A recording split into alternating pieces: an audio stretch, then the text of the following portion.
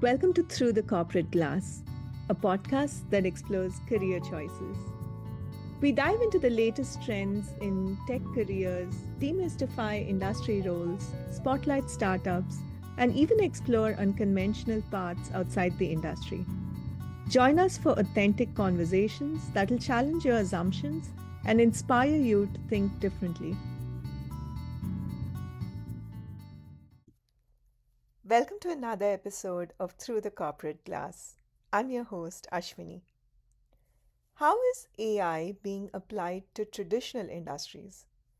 We'll take a deeper look at the manufacturing industry, the concept of Industry 4.0, and the role of AI and subject matter expertise in this episode. We'll also discuss the need for new skills and how experts can become powerful consultants driving the new AI tools landscape. To discuss this and a lot more, we chat with Liana Kbilashvili. Liana is a global supply chain executive with over 15 years of leadership experience in the manufacturing sector. She was previously Director of Strategic Procurement at Summit Materials. In her current work, Liana advises organizations on AI readiness and digital adoption within supply chain. She serves as a strategic liaison between the established manufacturers and the technology innovators. Thank you so much for being on Through the Corporate Glass, Liana. This is very exciting for us to be talking to you. Thank you, Ashwini, for inviting me. You have really great purpose helping college students or people who are looking to change their career path. This is really good purpose of this podcast, and thank you for having me. Thank you. So let's start from the beginning. You've had a super interesting journey. You have a very interesting educational background as well. You have a bachelor's in music composition theory. Could you tell us a little bit about that, how your interests evolved over the years? It's so interesting because everyone notices this music composition degree that I have. I have two more degrees, but this one seems to be the most impressive one. But yeah, so I'll tell you where kind of the whole story came from. I'm from country of Georgia, and there's very strong belief there that you have to develop both sides of your both hemispheres of your brain, right? And for young women, it's frequently encouraged to take music education. And at a very young age, I started playing piano. I had an amazing teacher. She was from Poland and she took me across the Eastern Europe for travel to play piano. And this was really, really great path for me to be exposed kind of in front of the audience and perform in front of the audience. But she discovered that I had an absolute pitch, which apparently is something that only 2% of global population have. And from neuroscientific perspective, it's associated with enhanced auditory cortex specialization. But in simpler words, I guess it means that if a person who has absolute pitch hears a sequence of sounds, they can replicate it, right? They can easily replicate it in any instrument. In my case, it's a piano. I truly believe that it was really helpful for me in my business career because I really felt that music sharpened my pattern recognition, my creativity, and in some cases even emotional intelligence. And that's something that I was not born with, emotional intelligence, and I think that music really helped me with that. Wow, that's a really nice perspective. I mean, I've always heard about how great mathematicians are also great musicians. So, Exactly. yeah, definitely a correlation there. Yeah, How and did you get into business? How did that interest you come know, about?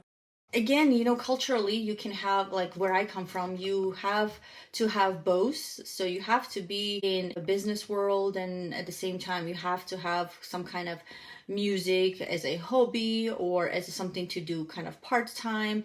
But, as I like to joke about this, I didn't have enough talent to be a musician, but I did have enough talent to be in business world. So that's kind of how I ended up in doing my bachelor's degree.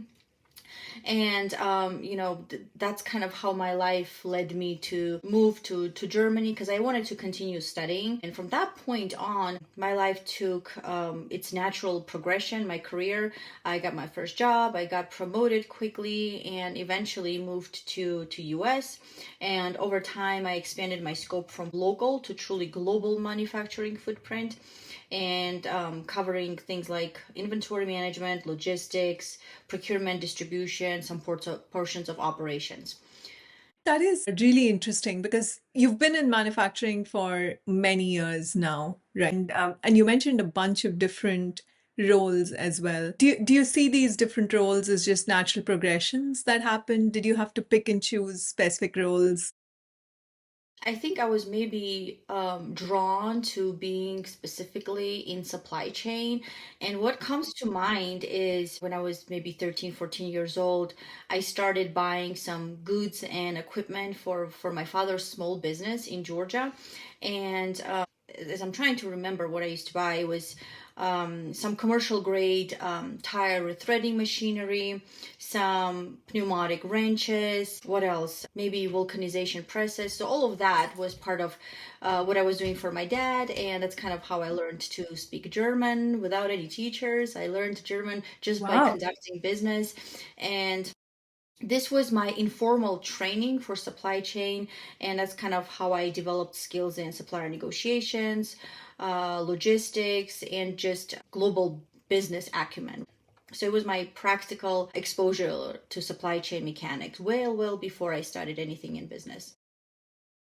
That's very interesting. You had a lot of practical training before you ended up in the business setting. I was interviewing. It was sometime 2012 or 2013, and the hiring boss, who was the director of supply chain, he looked at my resume, and then after we were done talking, he was walking me back to the foyer, and he mentioned to me, so tell me about the childhood in Georgia. And I told him that I used to buy all this equipment for my dad, and his immediate reaction was that you should have led with that, because that's much more impressive than your career and you working in a manufacturing, because you were self-starter. That's so much more impressive.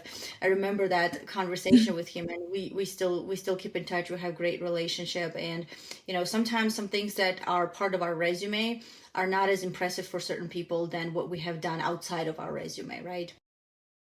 No, absolutely. You're just so right. Definitely some great tips over there. How did you get into AI? How did you get interested in it? um, I got into AI, I would say somewhere around 2024. Global manufacturer of tires, again, a contact that I've known for maybe 20 years now, they had reached out to me, and they realized that I have some experience with continuous improvement and bringing continuous improvement tools into a manufacturing organization. So they reached out to me, and they asked me if I could help them locate a AI platform that would work for them the best. And we all know the originals of ERP systems, right? Like SAP, Oracle, we know Coupa, but there are so many more platforms out there that we have not been well familiar with, because of how speed of AI works. It develops so fast that maybe in 6 weeks you can create a platform, and then if you have product market fit, then you might be in IPO in 2 years, right? So it's Right. just super quickly how it all develops. So when this global tire manufacturer reached out to me, I took a front row seat. I did an assessment of their AI readiness in supply chain function. This helped me create my own tool to do the AI readiness assessment, and included things like data maturity, people readiness. It included complexity of the items they were buying. So you had all of these small internal KPIs that I had to evaluate to diagnose them if they were ready for AI implementation or not. And after I was done with this assessment, we identified the roadmaps of how we wanted to proceed. And in so many cases, it's not about them trying to find a AI tool to implement, which, as we know, there is many of those, but figuring out where in the process are some tasks and workflows that are broken that need immediate fixing, right? So Yeah. after we found out what are some of the workflows that needed to be um, optimized for AI, I would present them with some of the new solutions that are available on the market. And I'll be honest, there are just so many organizations currently creating new AI tools, just not, and this is just in supply chain, right? They have Yeah. tools for inventory management, tools for logistics, optimizing global logistics. I think the one of the most impressive ones that I've tested most recently was the one that's able to calculate the um, CO2 numbers for you, right? I mean, that's pretty impressive, Mhm. especially if your manufacturing organization is focused on sustainability, right? Yeah. And I would say I demo 3, 4 tools a week, and this is truly a great experience because on one hand, I am learning about all the new tools that are on the market, but on the same token, I educate those tool owners or founders. What are some of the critical things that manufacturing companies are looking for, right? So I'm kind of like Yeah. a liaison, helping traditional manufacturing companies speak the language of AI and helping AI startups understand the realities of manufacturing floor or factory floor. That is super exciting. And there's so much to unpack over there, Liana. You bring the subject matter expertise from a manufacturing angle, and then you truly identify the gaps, and then you're trying to kind of plug in AI where it makes sense, right? Pretty much Correct. need driven. I met you through the Stanford AI Leadership Alumni Yes. meeting. Mhm. So, could you tell us how that program changed your perspectives? What did it bring in terms of how you're exploring AI? Yes, absolutely. The program was really eye-opening. I agree. It was not just about algorithm or a technology. It was about leaderships, ethics, and transformation.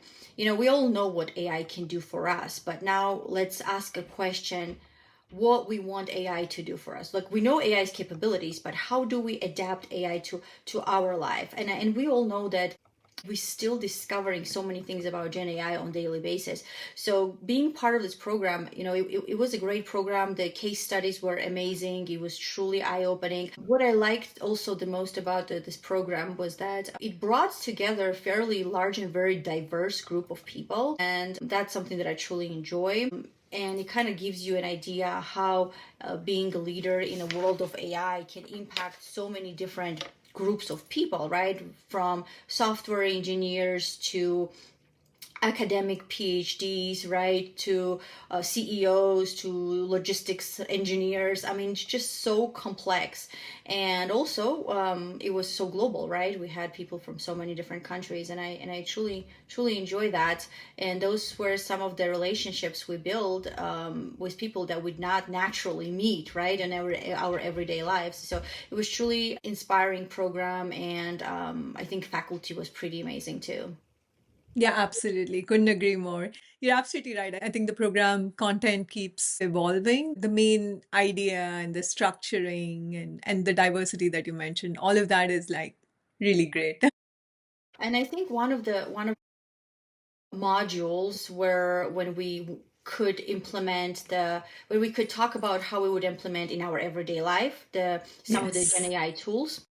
And that Yeah. was really eye-opening in terms of how you would apply your now new knowledge into your everyday work life, and how would you help to support your team, how would you gently and carefully introduce some of the fundamentals of AI to your team without creating that fear, right? I mean, I think fear is there regardless, but maybe in a way where you will not kind of discourage your team from being more efficient, and introduce this in a way where they know that this is there to support them, to help them, not to replace them. And as I've been doing a lot of this work, I have already partnered with several dozen manufacturing companies to do this AI readiness assessment with them, and it's been truly mesmerizing. I have not advertised my services, and it was so surprising to me how many organizations found me and wanted me to do the AI readiness assessment for them, specifically in supply chain function. That's one of my favorite parts as well. And the capstone project is also great because it forces you to do something and actually experience it. You mentioned this briefly, but in your current role, you're working with companies to incorporate AI into their workflows, right? Through the readiness assessment. Could you tell us a little bit more about how you go about it? Is this more organic, where customers reach out to you and then you sit down with them, try to get a context of their organization, figure out their pain points?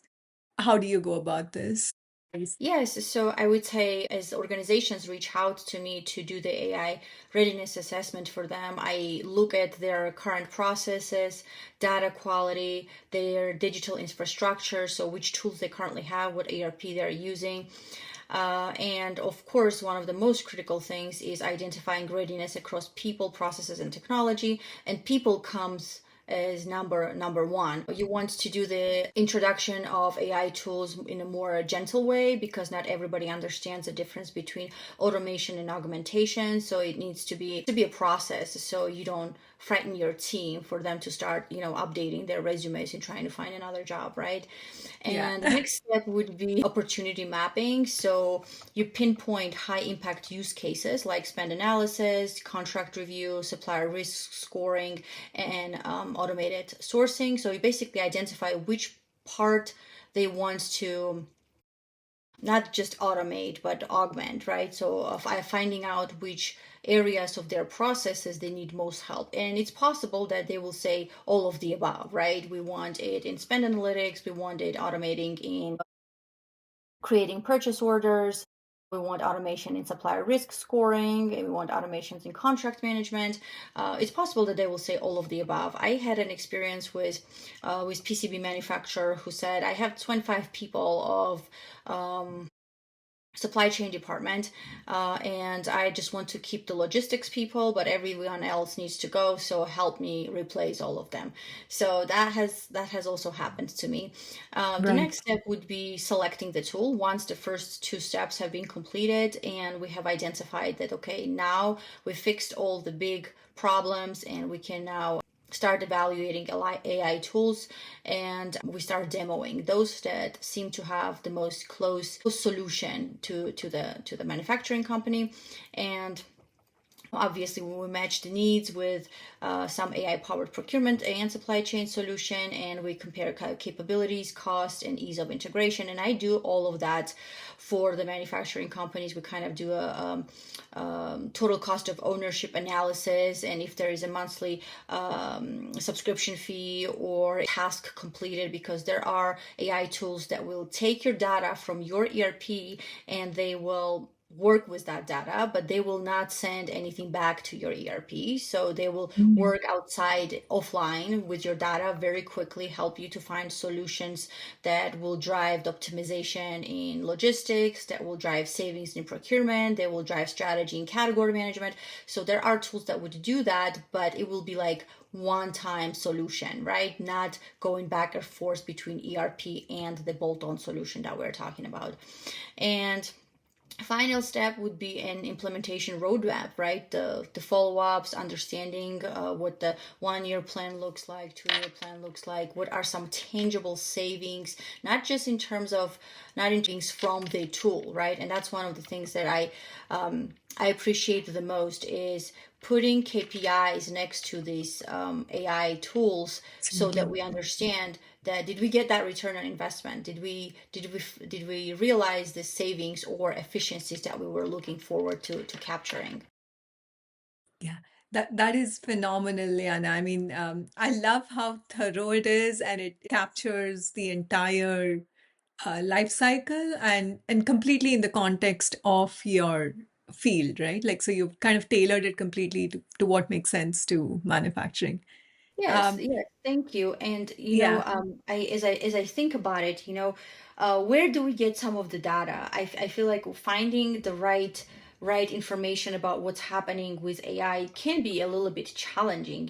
It's like when we first discovered Wikipedia, right? Anybody can write anything in Wikipedia. Don't trust Wikipedia. Don't use it for your essays and papers. So I feel like I need to point out some of the resources that kind of help me to gather that information. And OEM white papers.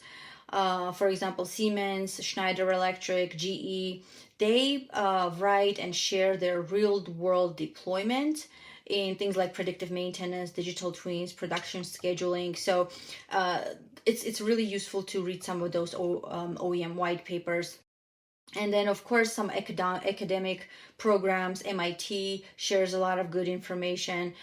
Stanford's AI and ethics in industry shares some really good technical literacy and operational focus. And but the big one for me is when we talk about overall implementation of any AI tool. How do we measure success rate, right? What looks like a success? And things reports like from McKinsey, from Deloitte, BCG, they have really good numbers on return on investment, downtime reduction, yield improvement. So those kind of things are something that we can benchmark in manufacturing. And let's say if they are showing the report of manufacturing companies in steel industry, we can use that as a benchmark, for example, for my clients. That is absolutely amazing.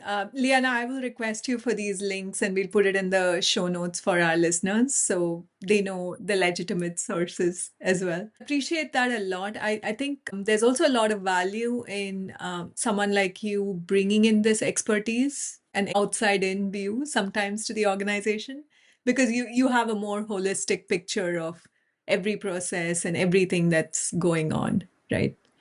No, thank you for that, Ashwini. Now, especially with Industry 4.0 being something that captured my interest, I realized how some of the organizations in manufacturing, they have an approach that don't try to fix it if it's not broken, right? And doing things the same way has been their motto. And trying to break that, it can be quite challenging, especially if you know the opportunities, if you know what can be done, if you know about efficiencies and truly focusing on continuous progress, continuous improvement, that can bring so much more benefits. And I see that as external advisor, but changing the mentality can be quite challenging. And this kind of leads me to my point about change. I always talk about change management. It seems like change management has been something that I would like to address in every aspect of one's life, right? It doesn't have to be just specific to technology, to digital transformation, to manufacturing. It can be part of our everyday life. And I truly believe in embracing change. I don't know what you think about it. I think change is so important, and so many people are fearing change overall. And I think that's just probably a human nature, right? We Yeah. are scared of change because change also brings something that we're not familiar with.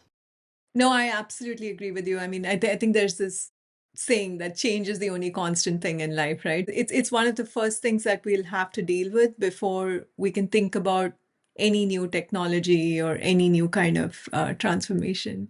It's lovely to hear your point of view, given you've done a lot of research on both the tooling end as well as the process end, right? Do you see any major areas in manufacturing where you feel like there'll be a huge change or um, something that's going to completely change the way manufacturing works? Yes, absolutely. That's Industry 4.0, which, just to say it in couple of words, is combination of smart manufacturing in alignment with AI. So that's going to change how the manufacturing. I mean, it's already happening. It's already happening with the Siemens, with Bosch, with GE, with Schneider Electric. They are already in the middle of Industry 4.0, which is basically industrial revolution number four, right? So, Right. and this is something that I'm really focused on right now. Unfortunately, a lot of my manufacturing clients, they are not embracing it as well. So this is kind of what was leading me to make a point about change management. And change is not is a one time is a one time disruption, but it's a continuous state, right? Organizations and individuals should treat it less like a crisis to be managed and more as a discipline to be cultivated. Right. That means building adaptability into culture, governance, and decision making. And one of the things why AI is so scary to individuals today is because of the change management. This is how I explain AI to my parents. I always tell them that, you know, don't be afraid of it. I mean, there is use for it to you guys, and they're in their 60. They're not using it for their jobs. I'm just explaining this to them that you can make your life easier with AI. And their answer is like, well, maybe AI won't bother us, for the next 10 years. Maybe it's not going to mature as fast, and then they're thinking about some of the industrial revolution and the speed of that industrial revolution that they are familiar with. And my answer is that no, it's going to be forced upon you whether you want it or not. So be prepared. Don't fear it. Face it. Yeah, yeah, absolutely. And maybe this is kind of the answer to the question I had in mind about what do you see as one of the biggest challenges or barriers, right, for Mm-hmm. somebody who's getting into the consulting space, Mm-hmm. especially with AI and supply chain? Would you say the Right. change management is the toughest? Absolutely. Change management, I mean, I can mention that change management is an issue in every area of human life because we are not so unwilling to accept it. But I think definitely changing mentality of global leaders is something that's really important to focus on. And I like to showcase the results, right? Before there is a difficulty of making a decision, I like to present my numbers, potential outcomes. And I usually try to be conservative in that area just so it doesn't seem like too good to be true. But in my experience in last year, most of the times when I have delivered some of the solutions to the manufacturing companies, it was too good to be true, and it turned out to be true. So, and then that kind of changes our expectations and our evaluation and our metrics, how we look at some of the deliverables in implementing AIs. And you probably remember this, right? So how we frame, how we structure, Yes. and how we evaluate, right? So Right, right. evaluation is a big part of it, and putting the numbers next to it has always worked for me. Numbers might seem unrealistic, but this is just how it is now. Some of the things that we are able to accomplish with Gen AI can be scary to understand and can seem truly unrealistic, but here we are. Yeah, absolutely agree. And for the audience, I guess the reference was essentially to the AI leadership course that we're doing Yes. in terms of like framing and structuring. Yeah. And evaluating, most importantly. I do want to ask you another question, which is, and I think you alluded to this a little bit, where you said there's a lot of AI tools, a lot Hmm. of AI startups out there. It is incredibly difficult for somebody to keep track of everything that's going on and also to figure out which ones are, Hmm. potentially better than the others, right? And you're doing this on a day-to-day basis in terms of evaluating these tools. How do you go about the evaluation? Do you actually try every tool? No, that's a good question. So I try to demo every tool that I can, depending on the how advanced the company is, the startup is. They might not let me demo the complete version of it. They might just give me the recording of the demo, but not allow me to ask questions and click here, click there. Let me see what this option does, right?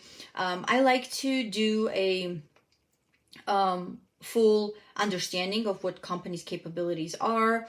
I pay close attention not just to the tool itself, but the ecosystem around it, right? Is it the company well funded? Do they have product market fit? Do the founders actually understand supply chain pain points? Because that has happened several times when I've demoed a tool and I'm thinking, who is this tool for?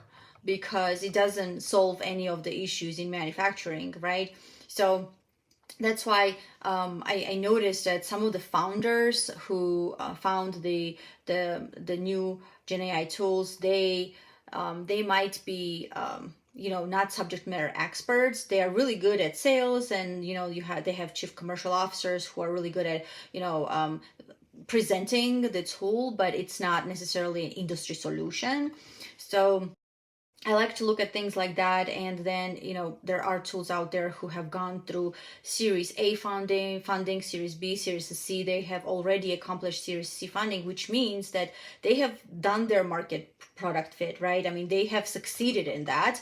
And yet I still see some of the things where, they are not necessarily adapted to some of the other industries, right? And we understand that. We understand that they might created a tool for pharmaceutical industry, and it's just a little different from factory floor manufacturing, but I'm here for that, to test it out, to give my suggestions. And I really enjoy giving suggestions, to be honest with you. One of the things that almost none of the supply chain tools had were contract management option, and contract management can be really helpful. There is ways to truly be efficient in contract management, especially if you're heavily relying on your legal departments to do the legal work. um, Yes. Having AI in that field can be really efficient, from closing the contracts in a timely manner. That's one of those things that can apply both to sales, strategic supply chain, strategic sourcing. It can be really a quick turnaround with AI without spending time on redlining and sending contracts back and forth. That's one of the, and it's possible that maybe some people like doing it. It's just me who never liked doing that. So Right. um, I do see true value in that. But giving advice and being a subject matter expert to those startups, I truly see the value in that, because they are getting firsthand information from the companies that I work with, right? From manufacturing companies that I work with, and they have that information how to improve their solution to the manufacturing industry. Yeah. Yeah, that is fantastic. And I think there's a lot in there for everybody who's a subject matter expert, right? Mm-hmm. Like whether it's in supply chain, whether it's in a completely different area. Yeah. So do you have any thoughts for listeners who want to kind of up level their subject matter expertise to be AI enabled, right? What should they do? I would say on daily basis, focus on learning something new in your field. I have seen a lot of people who say, well, I have done this. I have 25 years of experience in this, right? What you learned 25 years ago might be irrelevant today. So I would say focus on being subscribed to those podcasts that talk about innovation. I cannot stress enough innovation. I tell this to all my team members, that learn something new every day. Even if it sounds odd today, it will not be odd tomorrow. And focus on continuous improvement mentality. Make that way of living for yourself. But in terms of the resources, I would always say that subscribe to some of those industry reports from like I mentioned earlier, from McKinney or BCG.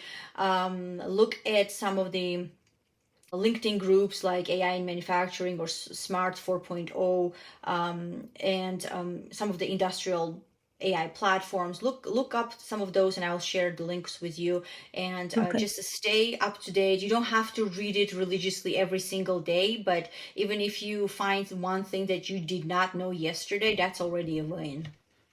Yeah, love it. Love that advice. I know there used to be this trend of something called Today I Learned. So, yeah, I think that's a phenomenal thing to Yeah, keep no, in mind. absolutely. As I see so many demos being created in AI, I realize that very often one of the things to get the funding on a startup side of things is to present it really well, to show the demo of the tool, and it's possible to get funding, and that's kind of how you grow. You grow from the Mm. angle of making this tool a success. So I've met with some co-founders and founders of the AI tools where their main focus is to sell.